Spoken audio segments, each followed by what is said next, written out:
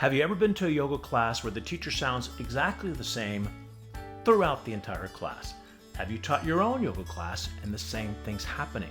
Are you having trouble connecting with your students because you keep repeating the same pattern of speech? Well, let me help coach you. I'm going to give you 5 tips today, 5 tips to help not only find your authentic sound, but your unique sound and touch your students from your heart. So you want to stay tuned for this one.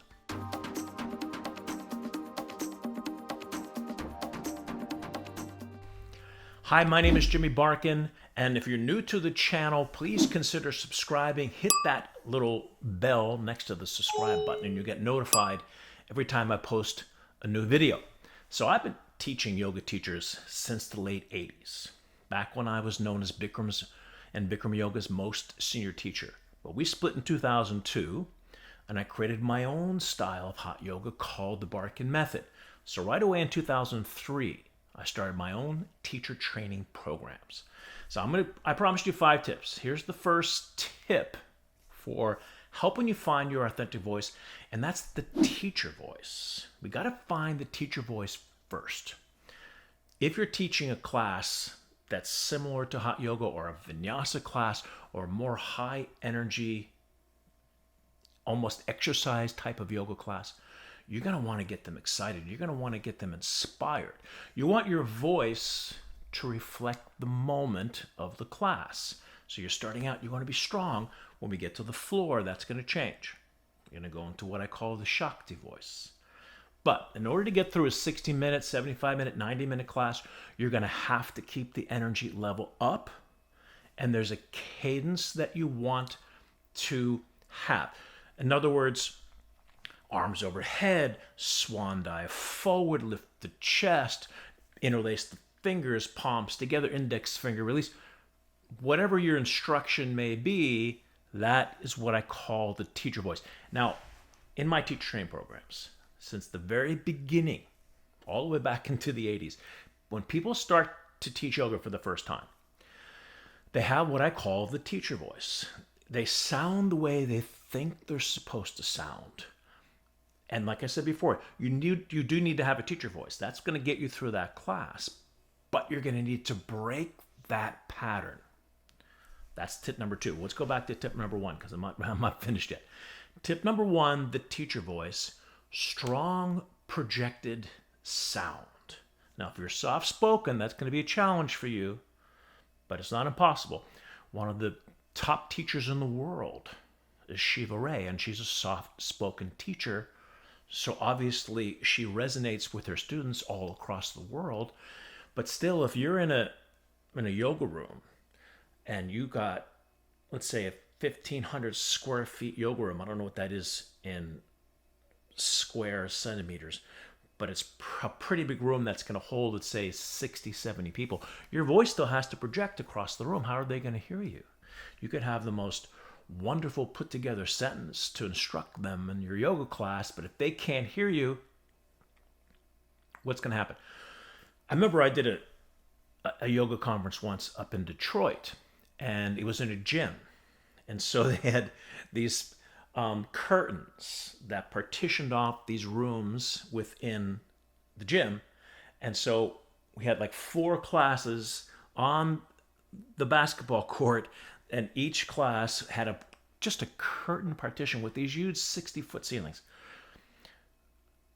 Not only did you have to project, but your voice is bouncing all over the place. So you may be caught, or maybe you have a microphone. And what if the microphone breaks? So the point is you're going to have to project. So you're going to use the diaphragm down here. That's where actors and singers use in order to project their voice. Because if you're speaking up in your throat, eventually you're going to tire. You're going to get laryngitis. You're going to tire. Now, I was lucky, or I am lucky, because I live in Florida, which is tropical, so a lot of humidity acts as a lubricant. My teacher taught in Los Angeles for years, and he had throat problems all the time because it's very dry. So if you do happen to teach in a dry climate, make sure you moisturize your throat. Yogananda actually suggests taking a little bit of oils, like a vegetable oil, just a couple drops of oil, but drink a lot of water. That's going to keep you moisturized in your throat so you don't get stuck up in here. But if you're talking up in your throat, you're definitely going to tire. So you want to get the strength of your diaphragm to project the sound.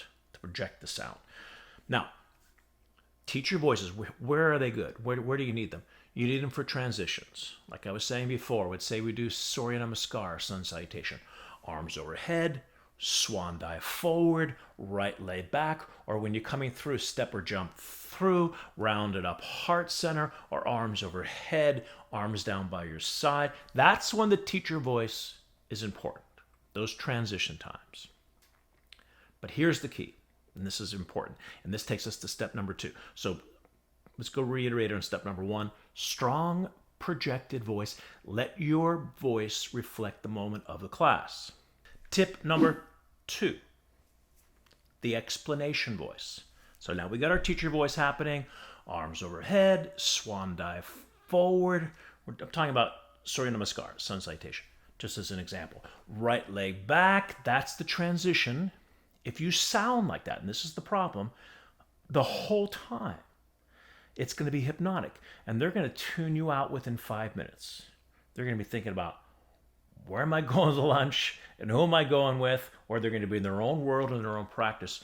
Your instruction is not going to really be that effective because you've already hypnotized them in your sound. So you want to break that pattern, like I was saying before, and that's where the explanation voice comes in. So let's say we're doing a runner's lunge. We step the right leg back. Now, when we're doing the runner's lunge on the right side, that left hip wants to come forward. It happens all the time. Pull that left hip back. Then you can have a nice squared hip. Now, not what I'm saying, but how I say it, even though what I said was important, but I just gave you an example. All of a sudden, I'm talking to you like I'm talking to the class. I'm talking to the class like I'm talking to you. Pull your hip back because that left hip wants to come forward. It's amazing how that happens. Almost the entire room, that hip wants to come forward. Pull it back to square your hips. And you can take a look in the mirror and see. That's an example of how you can explain something and break the pattern. Because you know what's going to happen? When you're in an explanation voice and you're going to be that conversational, heads are going to turn.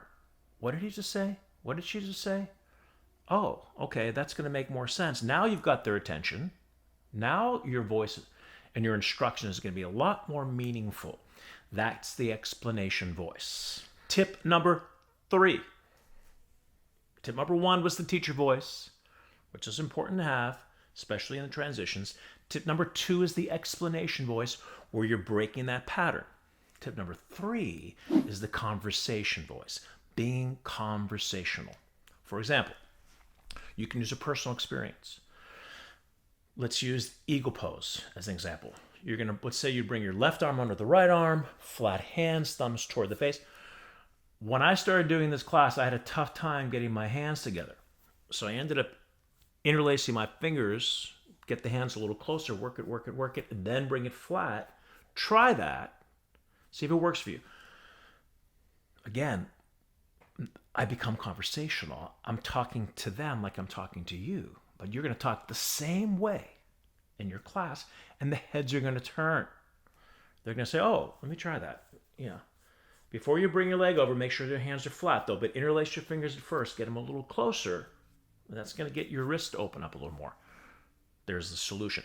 What you don't want to do is have a personal experience that's negative or it doesn't give any solution to it. In other words, you don't want to say, all right, let's do the eagle pose. I hate this one, but let's all do it. Nobody cares that you don't like the eagle pose. And you definitely don't want to throw that negative energy into the class. You don't want to dictate your experience. The last thing you want to do is say, all right, this is a tough one, guys, so let's do it anyway. Well, maybe it's not tough for them. Maybe it might be tough for you. Don't dictate that experience.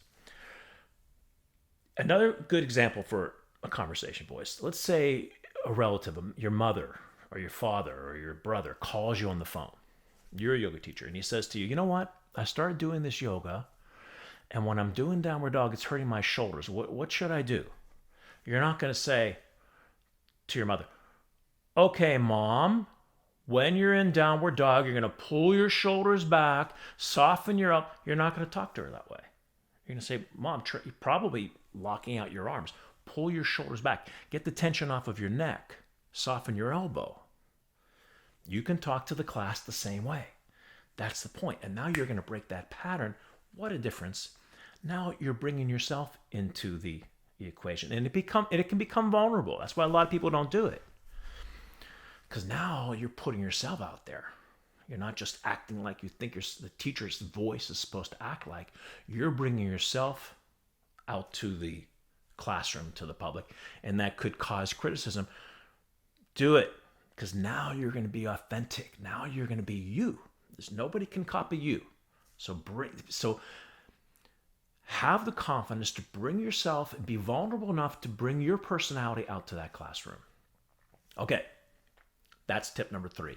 Tip number 4, variety of tone. So we've already been talking about that. We have our teacher voice, we have our explanation voice, we have our conversation voice. Now, we talked about before letting your voice reflect the moment of the class. So we start out strong and energetic. Now I'm assuming that a lot of you teach a class where you have standing postures in the front of the class, floor postures to the end of the class. Now your energy is going to change. You're going to find what I call the Shakti voice. That doesn't mean you have to talk like this. Because if you have a room of 50 people, right now we're in the middle of the pandemic, so it'd be nice to get back to that time, and you're still in a large room, your voice still has to project. So even though you're in a Shakti sound, and it can definitely sound different than the Shiva voice, the energetic voice, it still needs to project. So don't think that your Shakti voice has to be like this all the time. It's nice to have that dynamic, and that's what I'm talking about. What you want to do is check in with yourself. Not all the time, because if you're checking in with yourself all the time, you're out of the moment. You want to stay in the moment. But every now and then, check in with yourself and say, am I sounding the same for too long? In the last 10 minutes, have I had the same pattern, the same speech pattern? Change it. Go conversation. Go explanation. Maybe bring down the energy. I actually do a vinyasa class, we do 5 vinyasas. The third one's really intense. The fourth one, I go, okay, guys, now let's just take a moment of pause. Let's just relax, find our breath, remind yourself of our intention. And now let's begin. All of a sudden, I just changed the dynamic. I brought it down. Tip number 5, preparation. Setting an intention before you go into that next yoga class you're going to teach. For example, let's say you're an actor. Let's say Al Pacino, Robert De Niro. They don't just get out of their car, come onto the movie set, go into the shot, and then emote, and then start to cry or start to yell or start to become some type of character that's out of their personal experience. There's a whole, especially because they're method actors, there's a whole preparation that happens that they do before they walk onto the set. And maybe it's 5 minutes maybe it's 2 minutes because they're experienced actors. Take as much time as you want. Here's another suggestion. Have a little note. Now if you have a phone, a lot of times you have that note app on your phone. Write down on your phone the things that you want to address. Breaking the pattern. Where's my explanation voice? Where's my conversation voice? This is where I'm going to drop the energy. This is where I'm going to build the energy. This is where I'm going to... I always call this and this is sort of a 6th tip in a way. Find the gem in each pose. In other words, find an important bullet point. That doesn't have to be the most important one, but it can be anyone that's important. Find an important bullet point in every pose, and that's how you can change your pattern. That's how you can get conversational or explanation, have your explanation voice. Because now, this is important. In downward dog, you got to get those shoulders back away from your ears to protect the neck. Otherwise, you're going to crunch up your neck and you're going to hold a lot of tension there. For example, find the gem in each pose. Give yourself those notes. Okay, the gem for this pose is going to be here. At this time, I do a vinyasa class, which is pretty intense for about 45 minutes, but somewhere around the 30-minute mark, when we're coming out of the third vinyasa, which is pretty intense, I slow it down. I go, okay, guys, let's take a moment of pause. We just came off a really intense vinyasa. Take a moment to catch your breath, to maybe remind yourself of your intention, slow it down, change the energy. There's the variety. There's tip 4. There's the variety of tone. Next time if you don't give yourself, if you don't reflect before you teach the class, you're going to go right back into the pattern. You're going to walk into that room. If you just walk right up the street, right into the room without preparation, you're going to right back into that teacher voice, most likely. I don't know how long you've been teaching, especially for beginner teachers. Give yourself those notes. Take a look. Okay, this point, I'm going to do this. This point, I'm going to do that, and so on and so on. So now you come in and you're prepared. So do that next time you teach your class. I think it's going to be so helpful for you. That's tip number 5. So I hope this has been helpful. If you have any questions, put them in the comments below, or just feel free to say hi and share some experiences you've had as a yoga teacher. Remember to subscribe to the channel. Hit that little bell every time I post a video. You'll get notified. And I'll see you next time. Bye, everyone.